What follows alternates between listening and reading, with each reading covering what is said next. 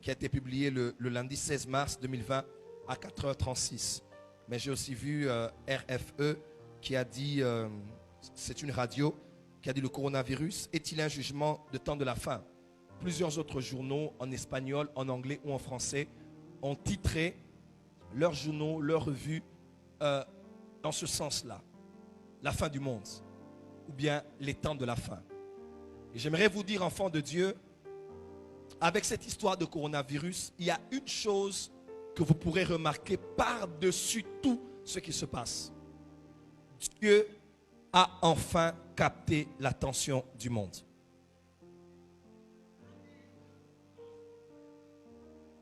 C'est la réponse que j'ai donnée.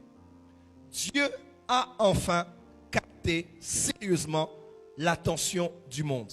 Des musulmans, des bouddhistes, des chrétiens, des païens, des athées. Quelqu'un m'entend? La terre entière, comme exactement il n'y a pas longtemps où il y a eu voilà, un instinct commun, universel qui s'est exprimé par le désir de voir Barack Obama au pouvoir. C'est l'une des dernières fois qu'on a vu le monde entier se mettre derrière une idéologie, derrière quelque chose qu'il voulait voir ou bien ne pas voir. Amen. Et c'est dans ce que nous voyons ici. La terre entière, noir, blanc, riche, pauvre, tout le monde en parle. Coronavirus, tout le monde. Il y a des buzz qui se passent à Kinshasa qui n'arrivent pas aux États-Unis. Ou bien qui arriveront dans la communauté congolaise, sauf les Américains eux-mêmes. Pour une fois, malgré les guerres, malgré la 4e révolution industrielle, l'intelligence artificielle, les films, la sorcellerie, le satanisme aux États-Unis, malgré tout ça, le monde n'a pas su réaliser ce qui se passait. Mais quand cette histoire de coronavirus a commencé, que ce soit les païens et même les chrétiens ont dit c'est la fin du monde. Enfin, ma réponse est celle-ci. Dieu a enfin capté l'attention du monde sur les temps dans lesquels nous sommes. Voilà pourquoi j'aimerais vous dire, cette histoire de coronavirus numéro 1, c'est une très grande opportunité pour l'Église de Jésus-Christ sur la terre. Dire amen. Les statistiques ont prouvé qu'avec la venue de cette pandémie, le